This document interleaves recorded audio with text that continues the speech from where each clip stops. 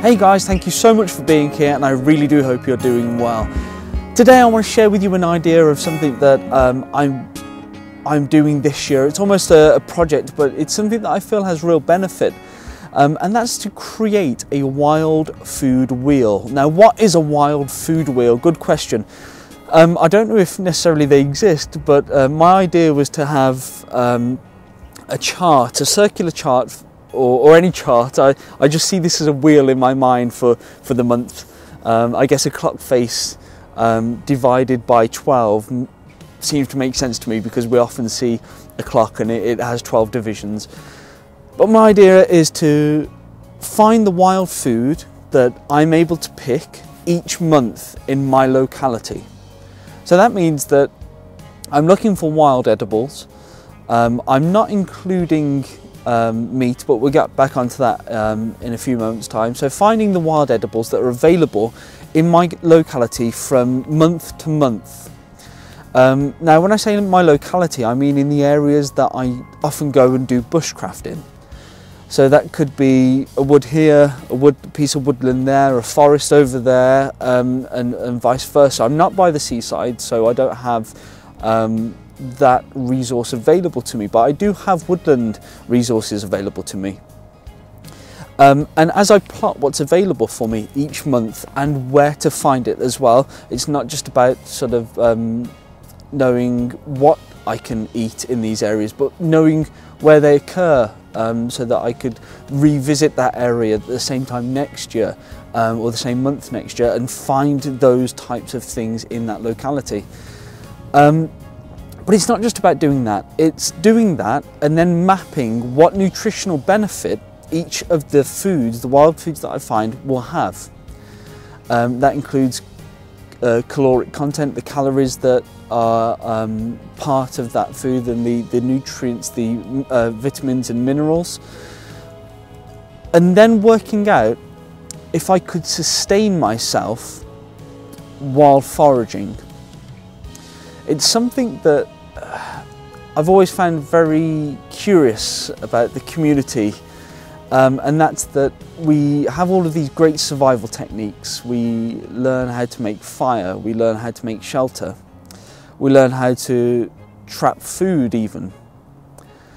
But surviving off just protein isn't going to be great for you in a survival situation. Of course you're going to be able to get along, but you're soon going to start to find that you're going to be missing key nutrients that are required for proper brain functionality, that are required for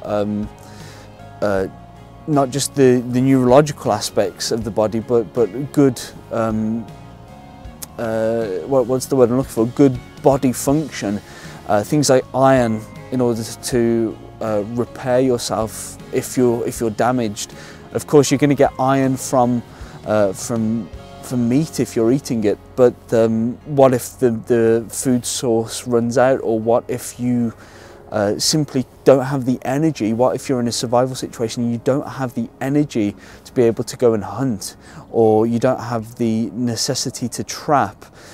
Gathering can be a very powerful and life-saving skill to have, and that knowledge is very important. I mean, I've watched numerous programs with native peoples, and their ability to find the resources that they need, especially food and gathering food, rather than hunting for it. Of course, hunting has its own risks. It has a danger risk for actually getting the food. It has a calorie expense to it. You have to go and run and capture the food, and then of course that you have any issues if the animal has a disease that could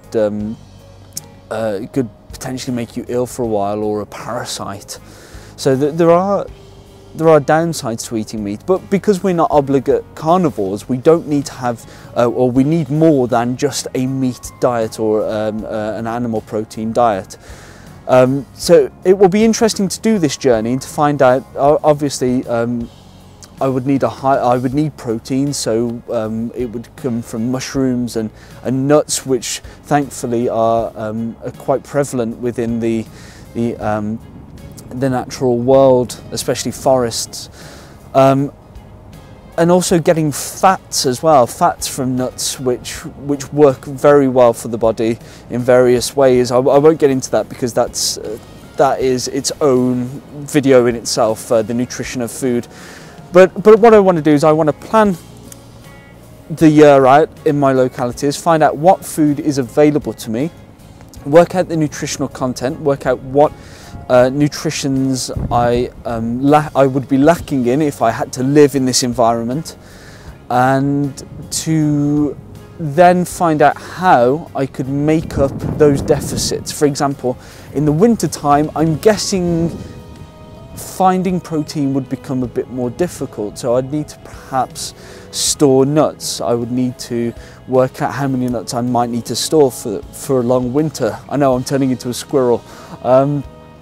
It could be drying out mushrooms and fungi in order to have them later on. It could be that I make hawthorn jellies, but make lots of them again in order to keep them for when they're not available, and do a mass production of them when they are available. So that's the kind of project that I want to try and set myself.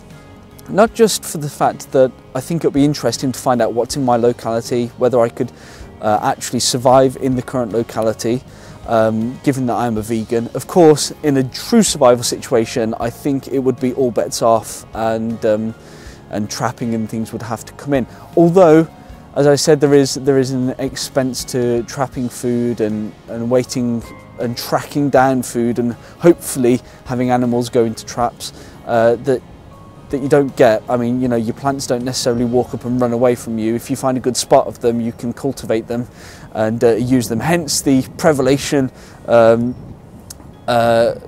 even of farming and the growth and the evolution of farming over the many centuries and millennia. But I want to do it for mainly one reason, is that I want to be able to survive. I don't want to just feel to myself that, like I see so many guys in the bushcraft community do, and there's nothing wrong with it, you know, they've got all the skills to survive except for finding food. You know, they bring everything they need in order to make shelters, in order to process wood, in order to make fire, but they bring, you know, I'm guilty of it as well, packet noodles and pre-made meals. Just with a bit of knowledge and a bit of planning and working out what's in the environment, you could probably live off it. Of course, the great thing is it's a one-time deal. If we were living in a primitive society, where to find a really good patch of wild garlic, where to find certain fungi, where to find that beech nut tree, where to find the whatever it is, that would have just been passed down. You know, as a young child, you would have been taught those things and schooled in how to live in the environment.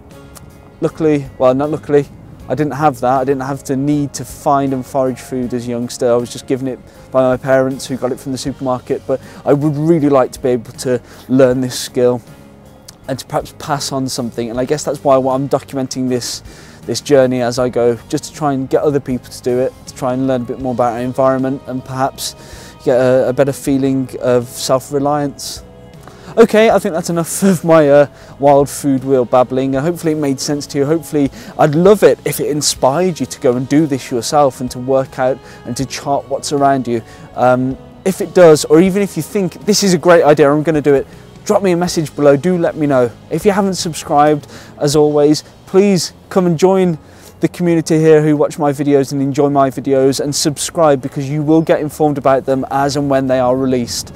If you liked the video, if you liked any part of the video, just click like. It's that simple. That's what the like button's there for, and it means that this video gets seen by more people and it turns up in searches a lot easier. The other thing I would say is, if you do like something in the video, even if you don't like something in the video, the comment box down there is for you to have your say. Say what you didn't like, say what you did like, even if it's just a quick thank you. It only takes a second. Thank you for being here as always, and until the next video, bye bye and happy bushcrafting.